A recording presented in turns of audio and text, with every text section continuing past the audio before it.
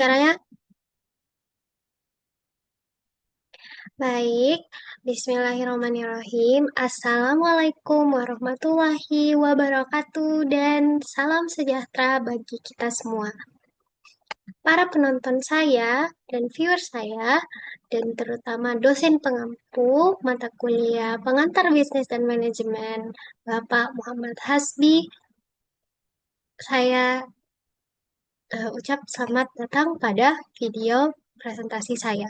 Sebelum masuk kepada video presentasi, alangkah baiknya saya Isma Nurwasila dengan NIM H07 124 1019 untuk memberikan latar belakang dan pendahuluan ataupun introduction dalam video kita ini. Nah, teman-teman masuk kepada judul dari presentasi saya, yaitu pengantar database, teori, desain, dan SQL.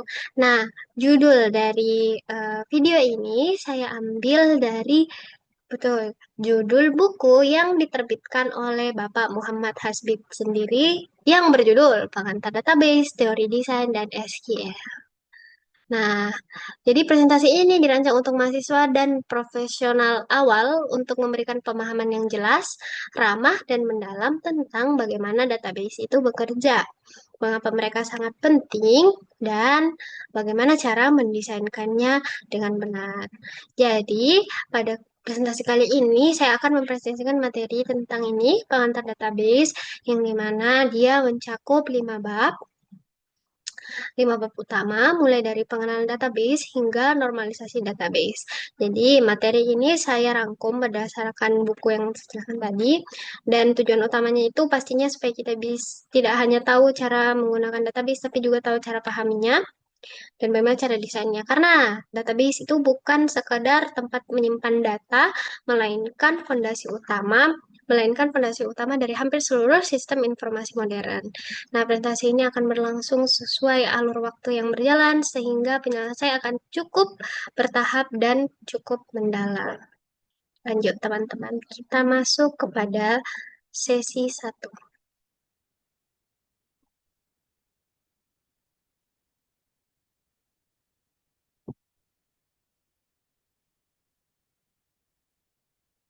Nah, di sini, teman-teman, kita masuk kepada sisi 1. Kita akan masuk kepada bab 1 yang berjudul Pengenalan dan Konsep Dasar Database. Nah, apa itu database dan mengapa itu penting? Dan bagaimana evolusinya dari era manual hingga cloud. Nah, teman-teman, apa itu database? Nah, database itu adalah kumpulan data terorganisir yang disimpan dan dikelola untuk memudahkan akses, pembaruan, dan analisis. Nah, analoginya itu seperti perpustakaan digital yang terstruktur. Nah, misalkan kalau perpustakaan itu mereka punya katalog. Nah, database itu punya indeks. Kalau buku diatur berdasarkan rak, nah dalam data diatur dalam tabel. Nah, jadi di bab ini kita akan menyelami dunia database, betul? Dimulai dari akar sejarahnya hingga perannya yang tak tergantikan di era digital saat ini.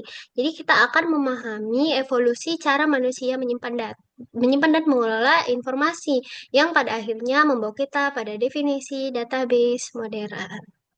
Nah, yang pertama, saya akan menjelaskan terlebih dahulu. Kan tadi kita sudah tahu apa itu database. Selanjutnya, mengapa database penting? Nah, teman-teman, tanpa database, yang pertama, transaksi bank itu tidak bisa diproses. Kedua, e-commerce itu tidak bisa menyimpan keranjang belanja. Yang ketiga, rekam medis pasien itu akan hilang. Dan yang keempat, media sosial itu tidak bisa menyimpan postingan. Nah, ini semua menyimpulkan bahwa database itu adalah tulang punggung digital. Misalkan em, saldo GoPay yang Anda tabung dalam aplikasi tersebut bisa jadi tiba-tiba hilang karena database-nya rusak.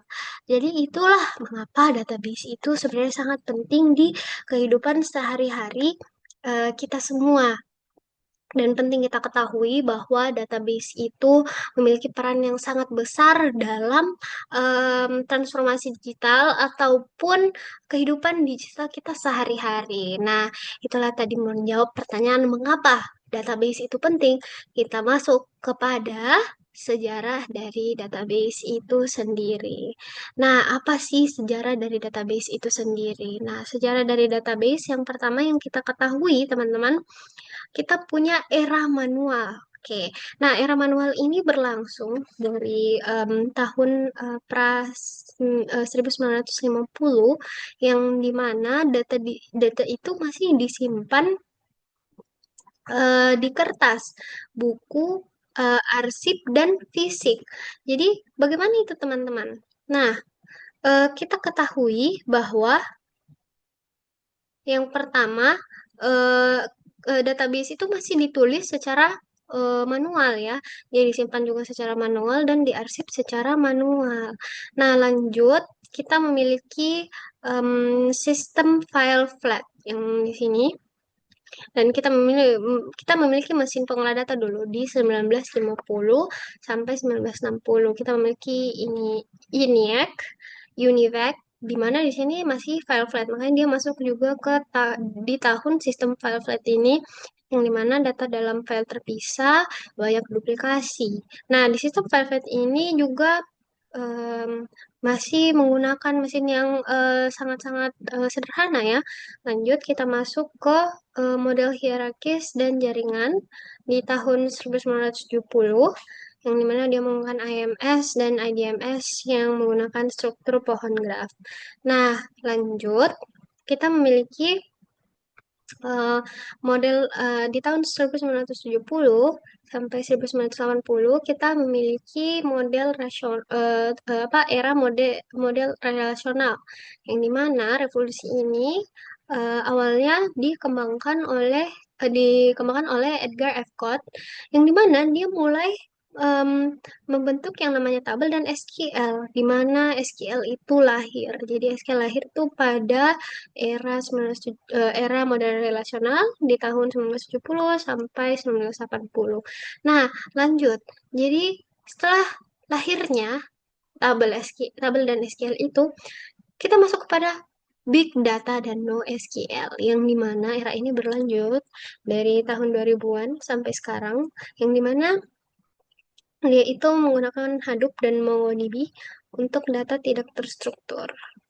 Oke, dan selanjutnya eh, eh, cloud dari implementasian big data dan SQL itu terjadi pengembangan atau inovasi lain yang dinamakan cloud database. Nah, cloud database itu mulai ditemukan pada tahun 2010 dan masih digunakan hingga sekarang, yang dimana yang kita ketahui contohnya ada AWS, Google Cloud, Azure, dan DBS. Nah, jadi dulu itu kita ketahui ya, data itu masih dicatat eh, di buku besar. Sekarang cukup klik di cloud dan data kita semua telah tersimpan dengan rapi. Jadi ini itu evolusi efisiensi yang dilakukan oleh manusia. Oke, lanjut. Nah, definisi dan karakteristik karakteristik dari database modern. Nah, database kan tadi kita sudah jelaskan ya bahwa dia itu adalah kumpulan data terorganisir yang disimpan dan dikelola untuk memudahkan pengambilan, pemeliharaan, dan pembaruan informasi. Nah, apa sih karakteristik utama dari database itu? Nah, yang pertama, karakteristiknya yang pastinya dia itu terorganisir. Jadi data itu disusun dalam tabel dengan baris dan kolom yang logis. Nah, yang kedua, tersentralisasi. Jadi dia menyediakan satu lokasi penyimpanan yang terpusat. Nah, yang ketiga, dia itu terdefinisi secara jelas, di mana struktur data yang struktur data itu ditampilkan secara pasti dan konsisten. Selanjutnya, yang keempat itu efisien. Jadi di mana dia itu optimal dalam penggunaan ruang dan waktu akses. Yang kelima, dia itu aman. Gimana? Yaitu dilengkapi kontrol akses dan enkripsi untuk melindungi data. Dan yang keenam, dia itu mudah diakses. Jadi memungkinkan pengambilan data yang cepat dan mudah melalui SQL atau bahasa query lainnya. Oke, jadi itulah mengapa teman-teman eh, bagaimana betapa pentingnya kecepatan dan keamanan dari database itu sendiri dan merupakan masuk kepada karakteristik utama dari database itu juga. Nah, selanjutnya apa sih peran database dalam kehidupan sehari-hari? Nah, database itu kan tulang punggung dunia digital kita. Jadi tanpa database, banyak aspek kehidupan modern yang akan terhenti. Nah, kita akan lihat nih bagaimana database mempengaruhi kita sehari-hari dan perannya yang krusial dalam teknologi informasi.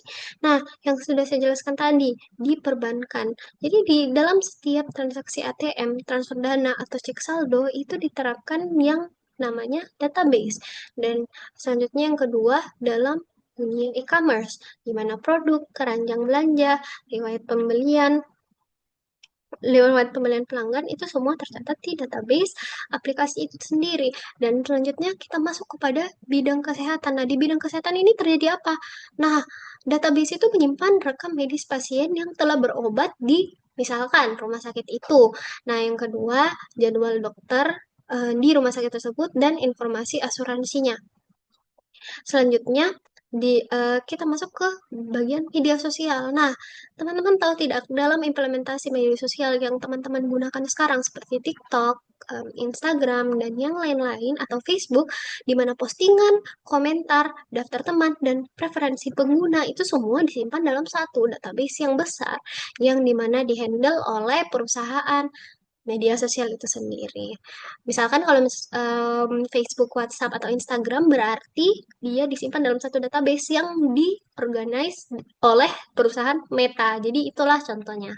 Nah, selanjutnya di bidang transportasi, di mana jika teman-teman menggunakan Grab, Maxim, ataupun Gojek, nah pencarian driver, rute perjalanan, dan em, pemesanan layanan ataupun kalau misalkan masuk kepada ataupun kalau teman-teman masuk ke dalam eh, aplikasi transportasi pembelian tiket pesawat. Nah, di sini tuh semua eh, apapun yang saya sebutkan tadi tentang informasinya itu masuk dalam database mereka. Jadi dalam dunia teknologi informasi, database itu memastikan penyimpanan yang terorganisir, akses yang cepat, keamanan data, konsistensi informasi, dan mendukung keputusan bisnis melalui analisis data.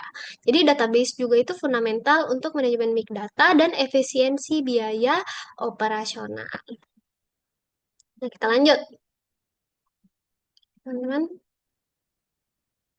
Nah, lanjut nih. Bab 2 Sistem Manajemen Data sistem da- Sistem manajemen database atau DBMS. Nah, kita masuk kepada bab 2. Jadi segala rangkaian untuk pengantar yang ada di bab 1 pada buku tersebut sudah saya rangkum secara baik dalam penjelasan ini dan presentasi ini dari beberapa slide tadi kita masuk kepada bab 2. Nah, untuk bab 2, jadi setelah memahami apa itu database, pertanyaan berikutnya itu siapa yang mengelola database? Jawabannya adalah betul. Yang mengelola database itu sendiri adalah Sistem Manajemen Database atau DBMS. Jadi, apa itu DBMS? DBMS itu adalah perangkat lunak yang menjadi jembatan antara pengguna atau aplikasi dan database fisik. Jadi, misalkan apa sih analoginya? Nah, analoginya itu misalkan database perpustakaan. Nah, DBMS itu pustakawannya, sistem katalog, dan sistem keamanan yang memastikan semuanya berjalan lancar dan efisien. Jadi, kita tahu di BMS itu perangkat lunak yang menjadi otak di balik pengelolaan database. Kalau misalkan database adalah hard disk, kalau misalkan database itu adalah hard disk, maka di BMS adalah Windows atau Mac OS-nya.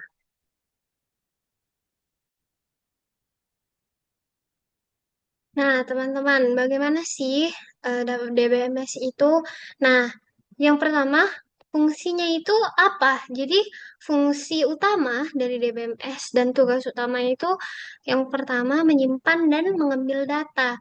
Nah, di mana dia itu memfasilitasi penyimpanan dan pengambilan informasi secara terstruktur. Nah, lanjut mengelola multi-user.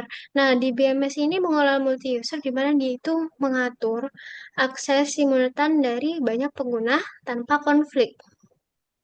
Selanjutnya, tugas yang ketiga dari DBMS itu apa? Di mana DBMS itu menjaga konsistensi ACID.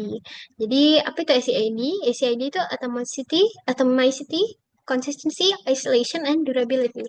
Di mana tugasnya itu memastikan data selalu akurat dan terpercaya melalui properti ACID. Selanjutnya, backup dan recovery. Jadi, di PMS itu menyediakan mekanisme untuk pencadangan dan pemulihan data jika terjadi kegagalan. Dan yang terakhir, optimasi performa, di mana IBMS itu meningkatkan kecepatan dan efisiensi operasi dalam database itu. Jadi, ACID itu membuat transfer bank itu aman, tidak setengah-setengah. Nah, membahas tentang ACID, teman-teman. Eh, kita akan membahas tentang ACID terlebih dahulu ya. Kita jangan dulu ke sini. ACID, Atomicity, Consistency, Isolation, and Durability itu apa? Nah, ACID itu fondasi keandalan database. Atomicity itu untuk apa? Transaksi lengkap atau tidak sama sekali. Nah, selanjutnya konsistensi. Data itu selalu valid. Dan selanjutnya isolation, di mana transaksi itu tidak saling mengganggu. Dan terakhir durability, data itu tetap ada meskipun sistem gagal. Jadi misalkan contoh kalau kita transfer 1 juta, harus pasti masuk semua atau gagal semua. Tidak boleh kalau misalnya kita transfer 1 juta, yang masuk cuma 500.000. Nah, itu akan merusak flow dari transaksi online itu sendiri dong. Dan merugikan pastinya pengguna dan memperburuk performa bank itu sendiri. Nah, itu tadi penjelasan singkat mengenai ECG, em, untuk mencerahkan teman-teman ya tentang apa sih pengertiannya. Kita masuk kepada jenis-jenis di BMS. Nah, jenis-jenis di BMS keluarga besar pengelola data. Nah, apa sih jenis-jenis dari DBMS itu? Nah, jenis-jenis DBMS itu ada beberapa ya. Yang pertama itu ada hierarchical DBMS, di mana ini tuh membentuk struktur pohon, di mana dia ada parent child, dan ini tuh dia dikenal, hierarchical DBMS itu jenisnya dikenal cepat untuk struktur jelas, tapi dia itu termasuk kurang fleksibel. Contohnya IBMS dan IMS. Nah, lanjut kita ada network DBMS. Nah, network DBMS ini menggunakan struktur graph, di mana itu dia lebih fleksibel dan fleksibel dari yang tadi tentang hierarkis. Eh, ini kan dia memiliki struktur parent child. Nah, di sini dia itu bisa memiliki banyak parent namun lebih kompleks. Nah, lanjut kita memiliki eh, NoSQL DBMS.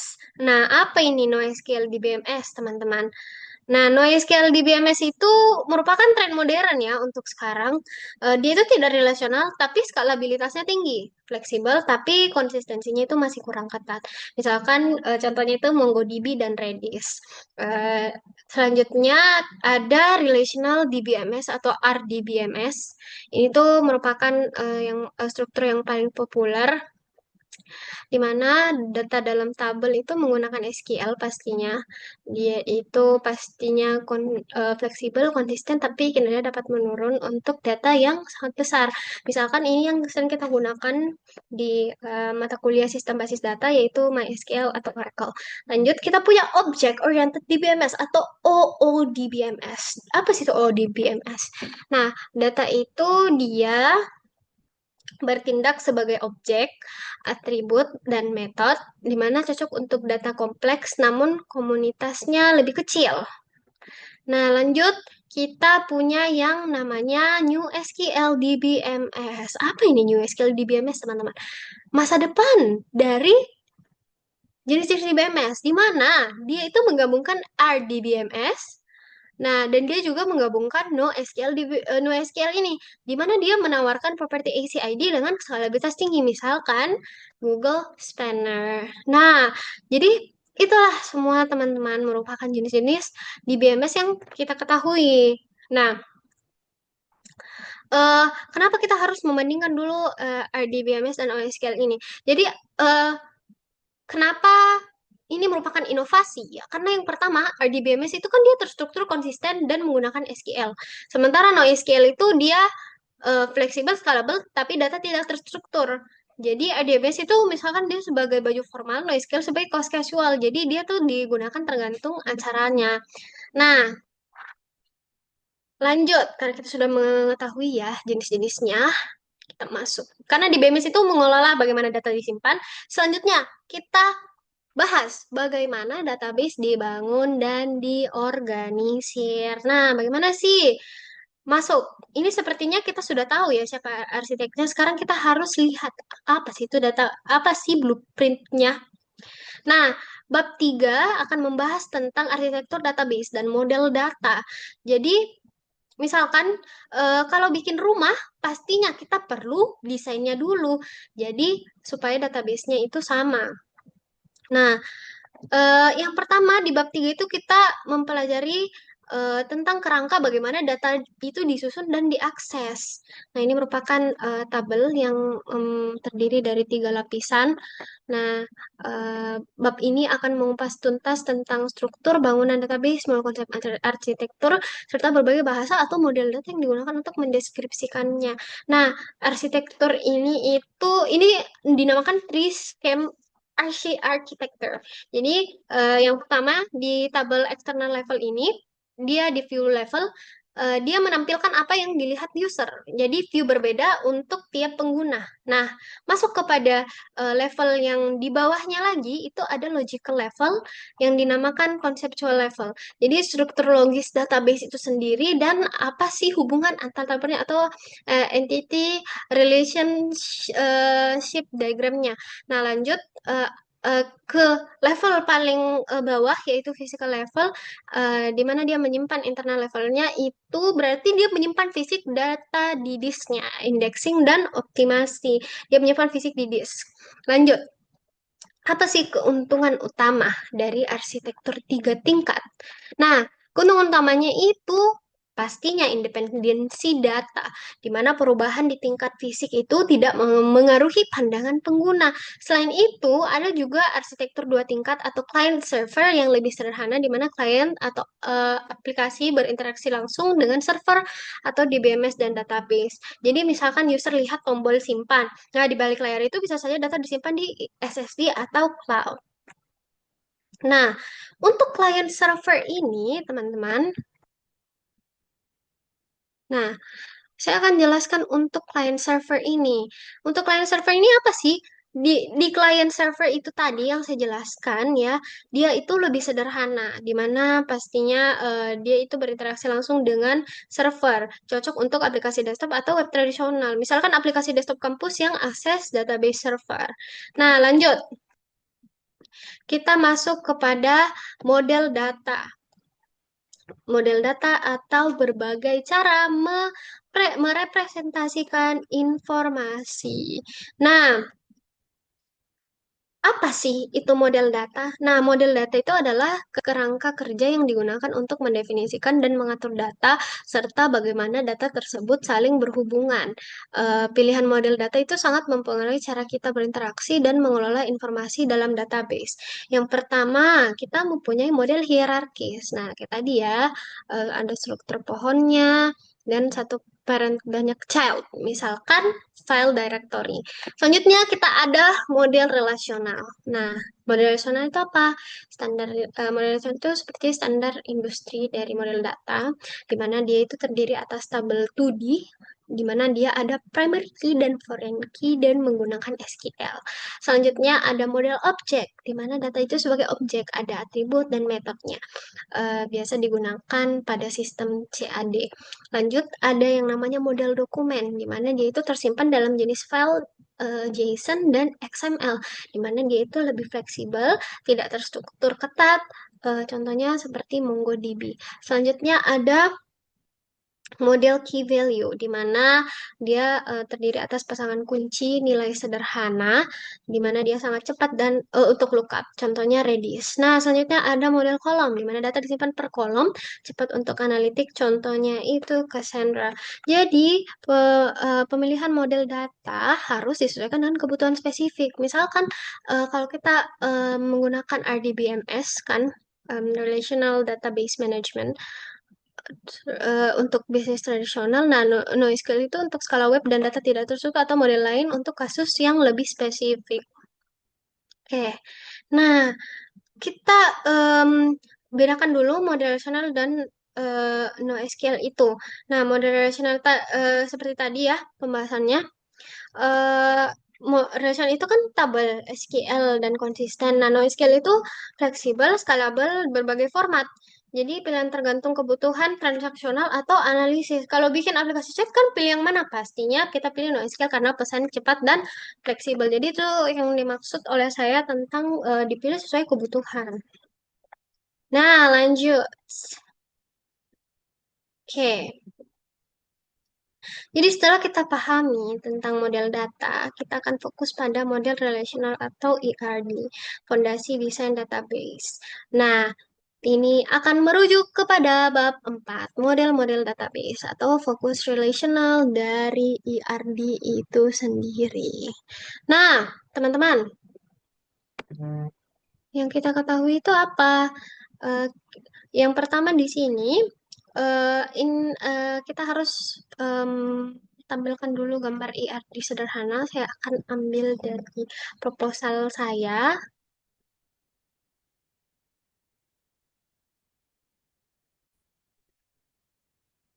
Nah, teman-teman, ini merupakan entity relational diagram dari salah satu sistem basis data oleh kelompok saya, yaitu sistem perpustakaan digital. Nah, saya tandakan primary key itu sebagai yang warna merah dan foreign key sebagai yang warna yang warna eh, biru ya. Jadi ini sangat-sangat kompleks sebenarnya, bukan merupakan contoh ERD sederhana, tapi ini sangat em, membantu ya, karena bagaimana sih konsep ERD itu? Jadi sebelum bikin aplikasi itu kita harus gambar dulu kan struktur datanya.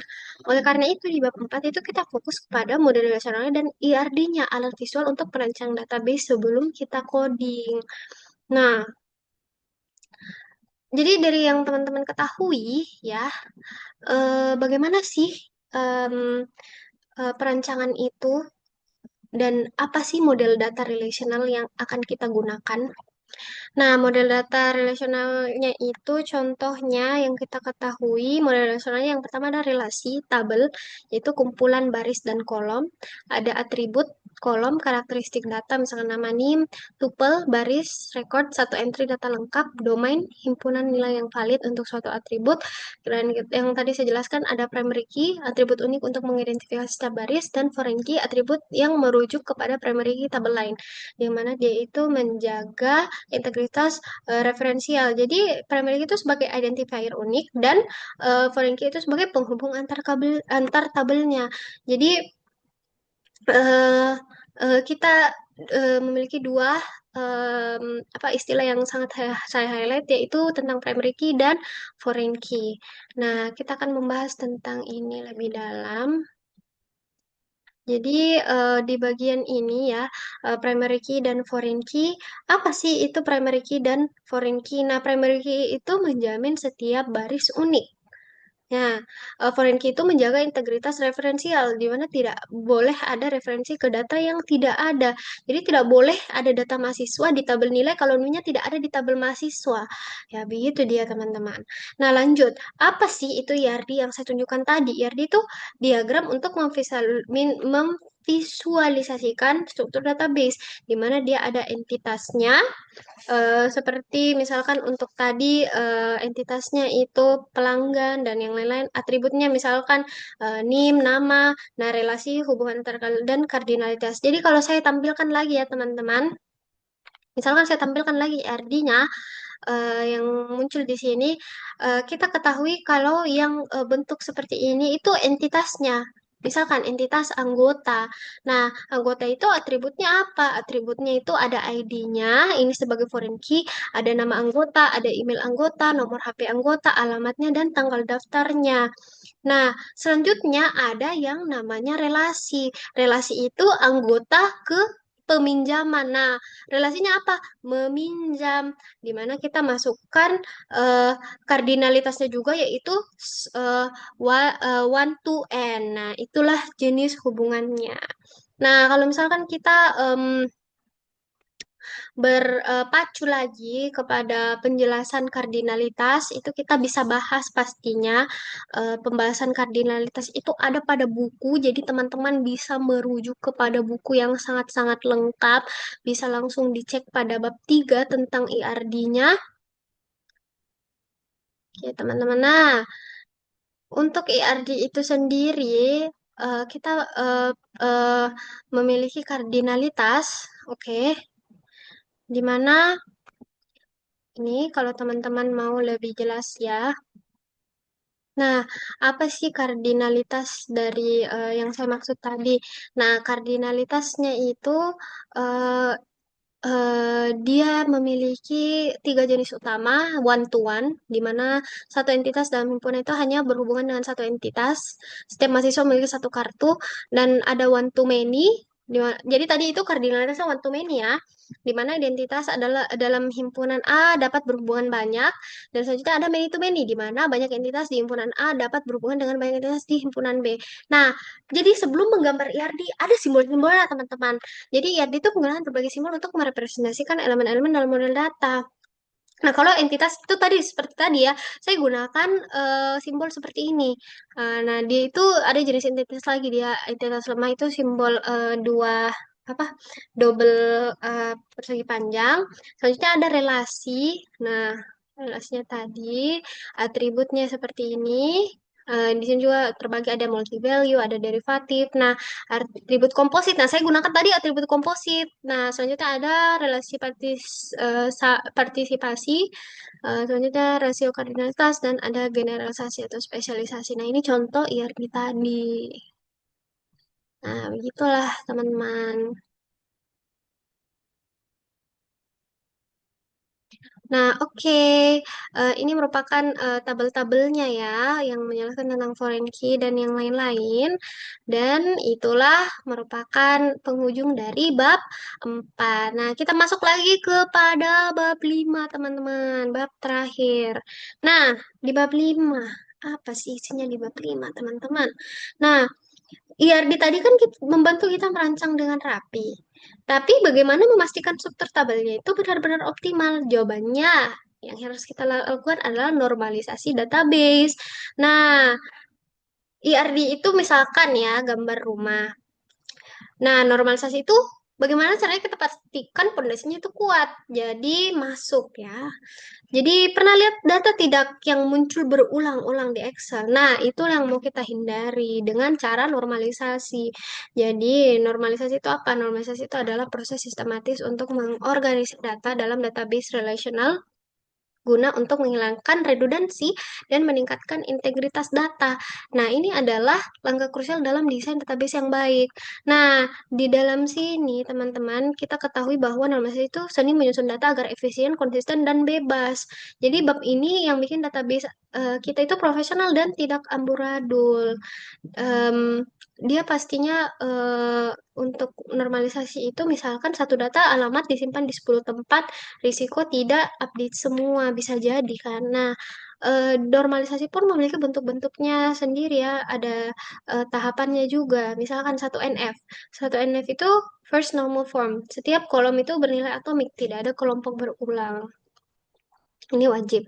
Lanjutnya, sudah 1NF itu kita masuk ke 2NF, di mana tidak ada di sini tuh sudah tidak ada partial dependency, di mana hanya bergantung sebagian primary key. Lanjut dari 2NF itu kita masuk ke 3NF, di mana tidak ada ketergantungan transitif, dan atribut itu tidak tergantung pada atribut non kunci. Jadi tidak ada transitive dependency.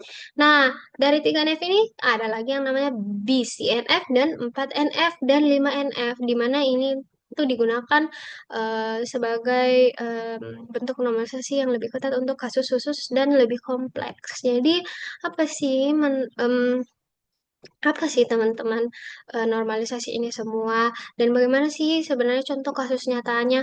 Nah, misalkan kalau ada tabel penjualan dengan kolom ID order, produk satu, produk 2, harga, nama pelanggan.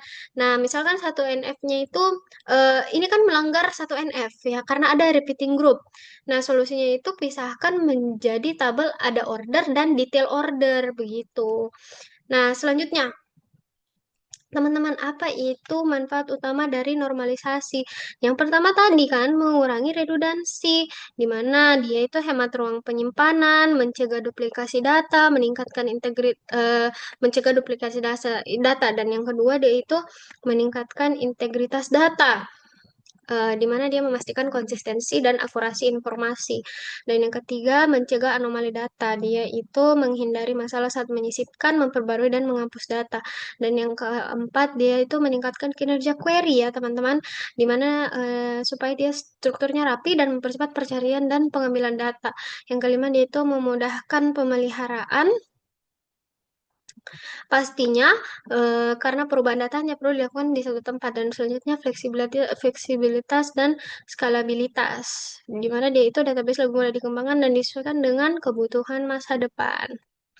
Jadi, database yang baik itu dimulai dari pemahaman konsep dari bab 1.3 dan desainnya itu baru di 4.5 supaya apa tahapnya itu lebih teknis, teman-teman. Oke. Nah, jadi sebenarnya pertanyaannya kapan harus denormalisasi? Jadi ada yang namanya normalisasi dan denormalisasi. Terkadang normalisasi itu dilakukan berlebihan memang. Kalau misalkan dilakukan berlebihan itu dia bisa memperlambat query analitik. Di mana denormalisasi itu diperbolehkan untuk data warehouse, report yang kompleks, dan performa baca yang kritis. Tapi harus hati-hati ya untuk menjaga konsistensinya. Jadi misalkan normalisasi itu seperti baju rapi, nah denormalisasi itu seperti baju santai saat butuh cepat. Nah, gitu. Nah, ini merupakan slide terakhir dari presentasi saya, di mana kita telah menyelesaikan 5 bab, teman-teman. Jadi, pesan akhir dari saya bahwa database yang baik itu dimulai dari pemahaman konsep terlebih dahulu. Dari pemahaman konsep, masuk ke desain yang benar, lalu baru implementasi yang teknis.